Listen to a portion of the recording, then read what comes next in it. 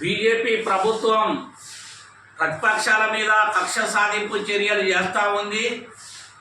ఈడీలను ఉపయోగించి, సిబిఐలను ఉపయోగించి, ఐటీలను తమ జేబు సంస్థలాగా వాడుకొని ప్రతిపక్ష పార్టీల మీద దాడులు, దౌర్జన్యాలు ఇలాంటివన్నీ తీవ్రంగా చేసేటువంటి స్థితి కనపడతా ఉంది.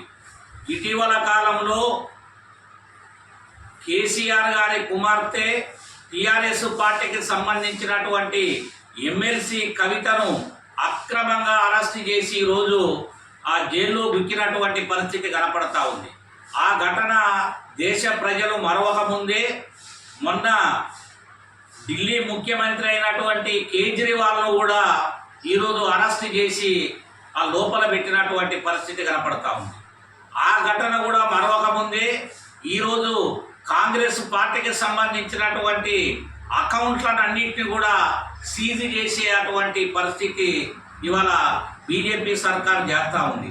అంటే ప్రశ్నించే వాళ్ళు ఉండొద్దు, ప్రశ్నించే గొంతు మిగులొద్దు, అన్ని పార్టీలను మూసేసి తొక్కేసి తిరిగి మళ్ళా అక్రమ పద్ధతులలో అధికారంలోకి రావాలనే అటువంటి ప్రయత్నం ఇవాళ మోడీ సర్కార్ చేస్తూ ఉండు.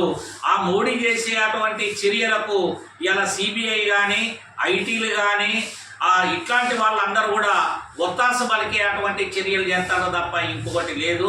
సుప్రీంకోర్టు ఇటీవల కాలంలో చెప్పినటువంటిది ఏంది, ఎలక్ట్రోల్ బాండ్స్కు సంబంధించినటువంటి వివరాలన్నీ బయట పెట్టాలి ఎస్బీఐ బ్యాంకు అని చెప్పి ఆదేశాలు ఇచ్చినటువంటి నేపథ్యంలో ఆ వివరాలన్నీ వాళ్ళ బయట పెడితే కోట్ల రూపాయల అవినీతి జరిగింది. అవన్నీ కూడా బీజేపీ సర్కారు సొమ్ము చేసుకొని రేపు ఎలక్షన్లలో డబ్బులు విపరీతంగా ఓటర్లందరినీ ప్రభావాలకు గురి చేసి, ప్రభావితులను చేసి, వాళ్ళను లోపరుచుకొని అనేక రకాల ప్రలోభాలకు గురి చేసి తద్వారా ఓట్లు తీసుకొని మళ్ళా అధికారంలోకి రావాలనే అటువంటి ప్రయత్నం. ఈ నేపథ్యంలోనే ప్రశ్నించినటువంటి ప్రతిపక్ష పార్టీలు, ఎర్రజెండా పార్టీలు, ఇతర ప్రతిపక్ష పార్టీలు అన్నీ ప్రశ్నించినాయి. ఆ నేపథ్యంలోనే ఎమ్మెల్సీ కవిత అరెస్టు, ఆ నేపథ్యంలోనే ఢిల్లీ ముఖ్యమంత్రి కేజ్రీవాల్ అరెస్టు. ఇలా కేజ్రీవాల్ అరెస్టు, ఎమ్మెల్సీ కవిత అరెస్టును సిపిఎం పార్టీ తీవ్రంగా ఖండిస్తూ ఉంది. అదేవిధంగా కాంగ్రెస్ పార్టీ అకౌంట్ల మీద సీజ్ చేయటం అనేది, దాడులు చేయటం అనేది కూడా అత్యంత దుర్మార్గమైనటువంటి చర్య.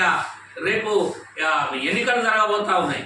ఈ ఎన్నికలు జరిగేటువంటి టైంలోనే ఇలా ఎక్కడెక్కడైతే ప్రతిపక్ష పార్టీ లీడర్లు ఉన్నారో వాళ్ళందరికీ వాళ్ళ మోక్షం లేకుండా, వాళ్ళు ఎదురు నిలబడకుండా వాళ్ళ గొంతులన్నీ నొక్కేసేటువంటి పని బీజేపీ సర్కార్ చేస్తూ ఉంది. అదేవిధంగా ఇలా ఇండియా కూటమిలో భాగస్వామి ఉండి ప్రధాన ప్రతిపక్షంగా ఇండియా కూటమిలో బలంగా ఉన్నటువంటి కాంగ్రెస్ పార్టీ ఆర్థిక లావాదేవీలన్నింటినీ తగ్గించాలనేటువంటి ప్రయత్నంలో భాగంగానే ఇవాళ కాంగ్రెస్ పార్టీ అకౌంట్లన్నింటినీ సీజ్ చేయడం అనేది అత్యంత దుర్మార్గమైనటువంటి చర్య. ప్రజలు, ప్రజాస్వామికవాదులు, మేధావులు, దేశంలో ఉండే అటువంటి బుద్ధిజీవులందరూ ఇలా బీజేపీ సర్కార్ అనుసరించే అటువంటి విధానాలని నిరసించాలి, బీజేపీని బొందబెట్టాలి.